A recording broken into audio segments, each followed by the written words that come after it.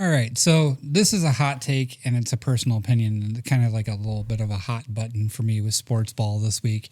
Um, Bill Belichick not being a first ballot Hall of Famer and Shedeur Sanders making the Pro Bowl are everything that is wrong with sports today.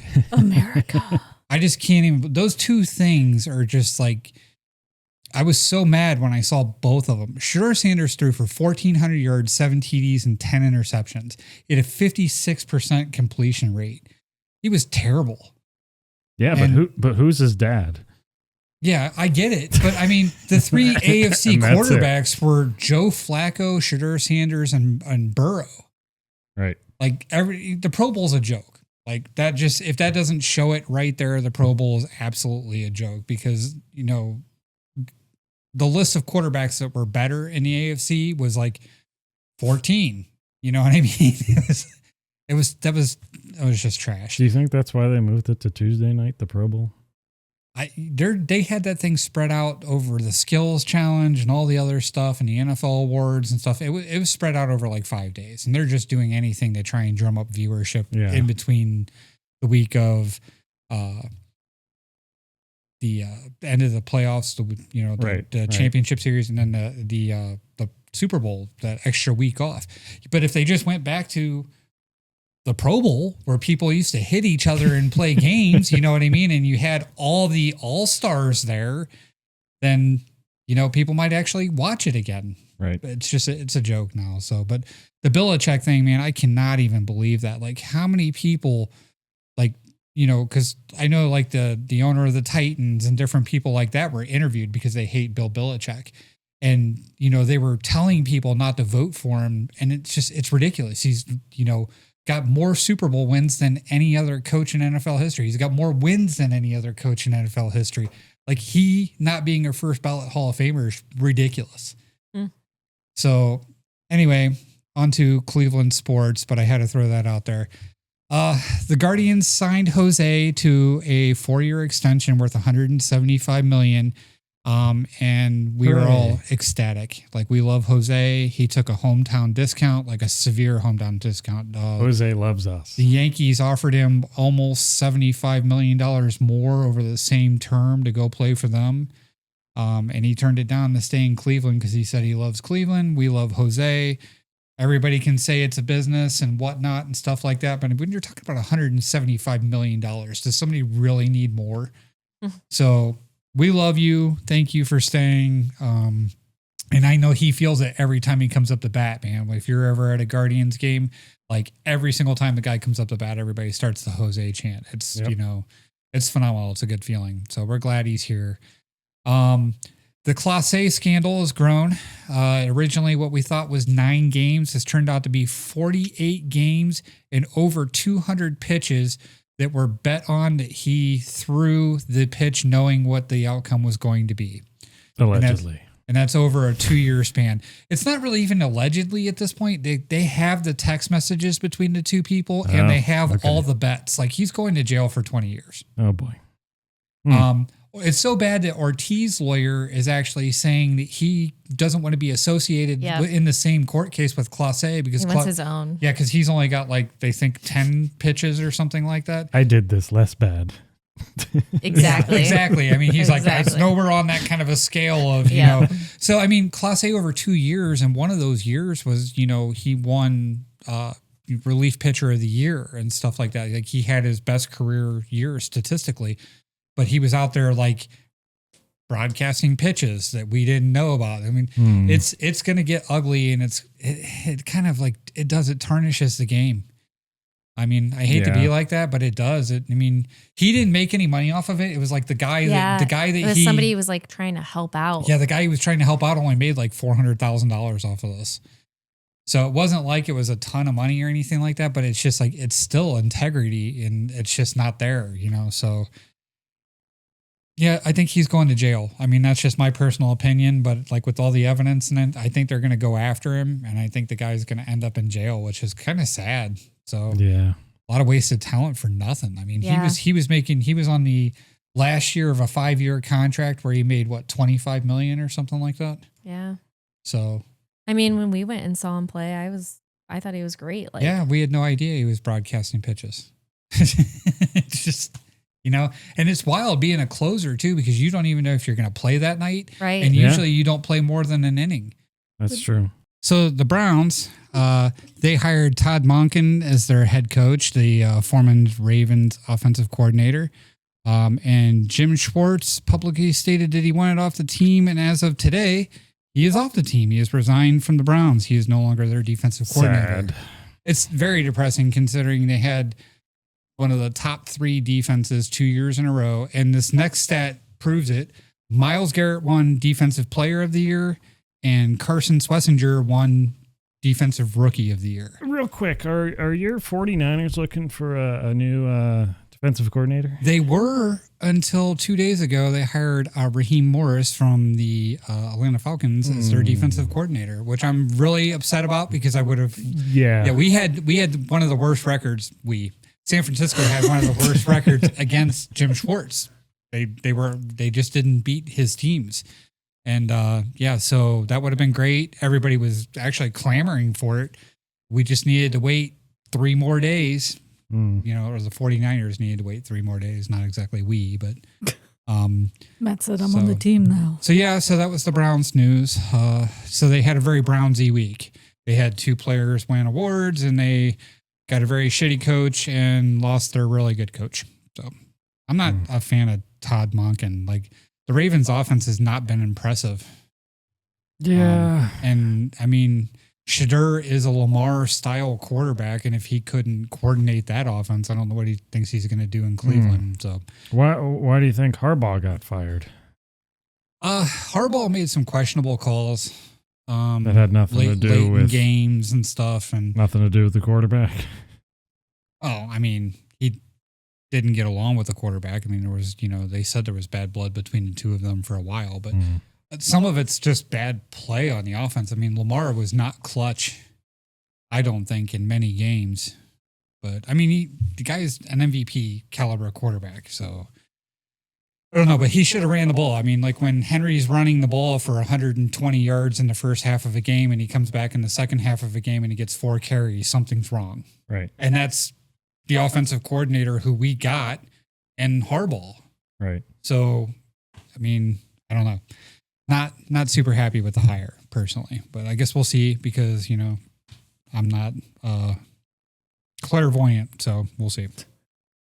So the Cavs won 5 in a row. Whoop, whoop. Yep. Then they lost to the Suns, and then they came back and beat the Trailblazers, and then they made a trade, a bunch of trades. Oh, man.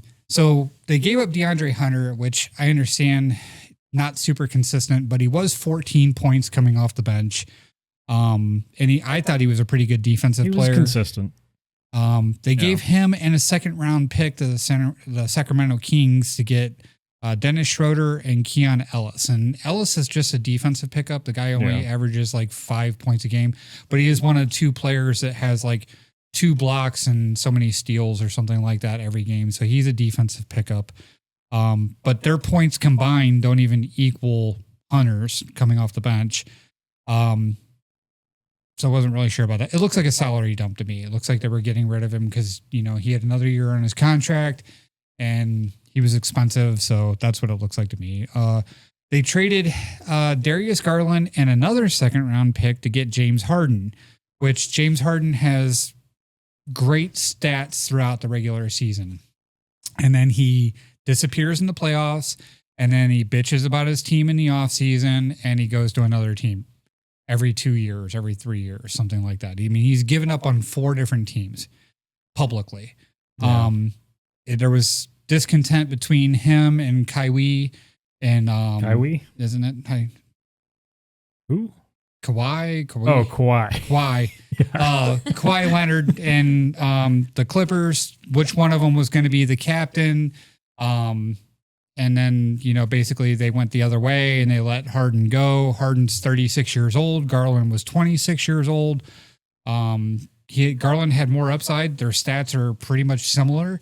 Garland was averaging 18 points a game for us when he was playing. Yes, that's the thing. I understand he's fragile. He's had some toe issues and stuff like that. And, if he could have got a toe implant, maybe we would have kept him. But, right. So anyway, they gave up that. I'm not super happy. I'm not a huge fan of Harden. I always thought Harden was the epitome of traveling.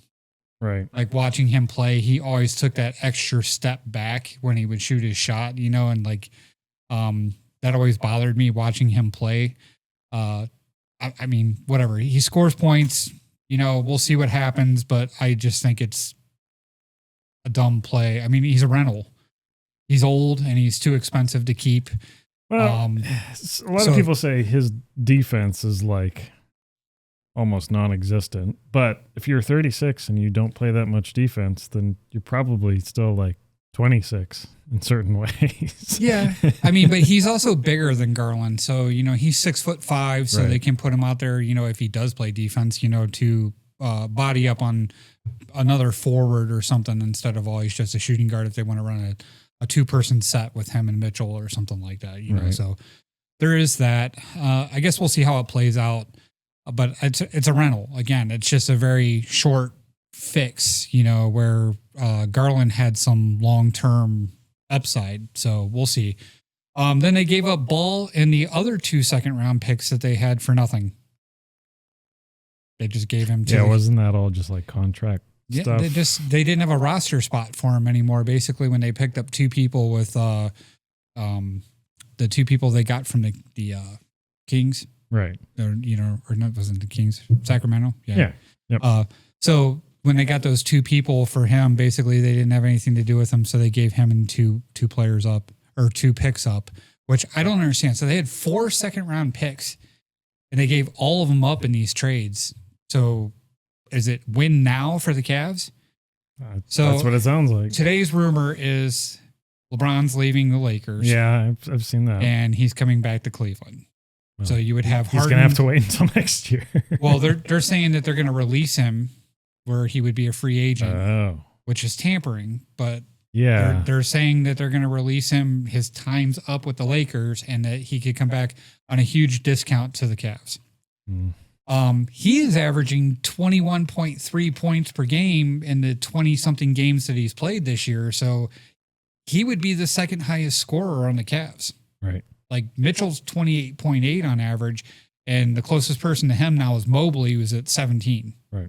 So he would be a great asset, to come in and play 30 minutes a game. So, I mean, I'm not totally against it.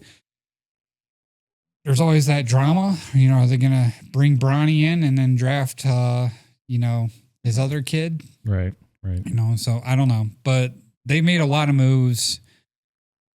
I don't know what's for the best. A lot of it's contractual dumps and salary and different things like that, but Harden, like I said, we'll see if it pays off. Great. But he has look it up because I'm not going to sit here and run through all the stats, but he has a horrible playoff history. I mean, he goes games 2 for 12, 1 for 8. You know what I mean? He's only shooting 8 times in a playoff game and he's playing 36 minutes. The guy just disappears in the playoffs. So we'll see what happens there. As far as the NFL, the Bills promoted their offensive coordinator, Joe Brady, to the head coach. So McDermott still hasn't signed anywhere, I don't think. I haven't seen anything. And neither is Tomlin. So that's kind of interesting there. No other major news there other than the Pro Bowl bullshit, which nobody watched. The NBA, Detroit's still up by 4.5 games over the Knicks and the Celtics. And in the West, OKC is 4.5 games over the Spurs and Denver. So OKC's kind of hit a little bit of a slump. And the Spurs have kept right up on them, and they've actually gained 2 games since the last time we talked. NCAA men's basketball is pretty much still the same standings as what it was when we talked 2 weeks ago. Arizona's number 1, Michigan's number 2, UConn's 3, Duke is 4. And then following that, there's still 4 more teams coming out of the Big Ten. So you got Illinois, Nebraska, Michigan State, Purdue's right there on like 11 or 12. And then, like I said, you got Michigan up at 2 and Illinois at 5. So still a lot of Big Ten representation, which is, like I said, unusual. They're holding up. They're doing pretty good. So go them. In the NHL, Colorado is slumping, man. They're 3-5-2 in their last 10 games. The Wild are now only 5 points back in the West. Tampa Bay and Carolina are tied in the top of the East, and Detroit and Montreal are tied behind them 6 points back. Detroit earlier in the week was only 2 points back, and they've not done well the last couple of games themselves. Going into soccer, our soccer fan, Sean, that decided to come to my house, and the first words out of his mouth were, "You really don't know anything about soccer." And I was like, yeah, I pretty much say that every time I bring up soccer on the podcast. He started talking about Aquafina and Affleck and all these other freaking soccer leagues that are over in Europe. And, it didn't really, I just looked at him. I'm like, I really don't care. And I was like, and unless you can explain the 2 Arsenal thing to me, which he said he doesn't know what I saw, but there's not 2 Arsenal teams unless I was talking about women's, and I'm pretty sure I wasn't. But anyway, so there are in-season tournaments between all the leagues, and they might play a game and then they go back to their regular season and they come back and they play another game, and it's just a bunch of hoopla and crap like that I don't really care about. The English Premier League is the big one. That makes the most money. That's about what I got out of the conversation. Didn't you originally have something here about a Champions League or something? Yeah, apparently I'm wrong on that too. So okay. All right. Ted Lasso steered me wrong on that because that's where I was getting all my soccer information. So damn you, Ted Lasso, because I'm pretty sure I understood what was going on there, and then Sean told me I was wrong. So they should really simplify all this crap and make it bigger. Like, I guess you can't really say bigger. Maybe we should just fact check Sean. Well, I will say I was there for this conversation, and he probably talked about it for a good hour. I blacked out. Like I just got on my phone. Like I said, like I those aren't the leagues. Obviously it's not Aquafina and Affleck, but it's something like that. It's like right.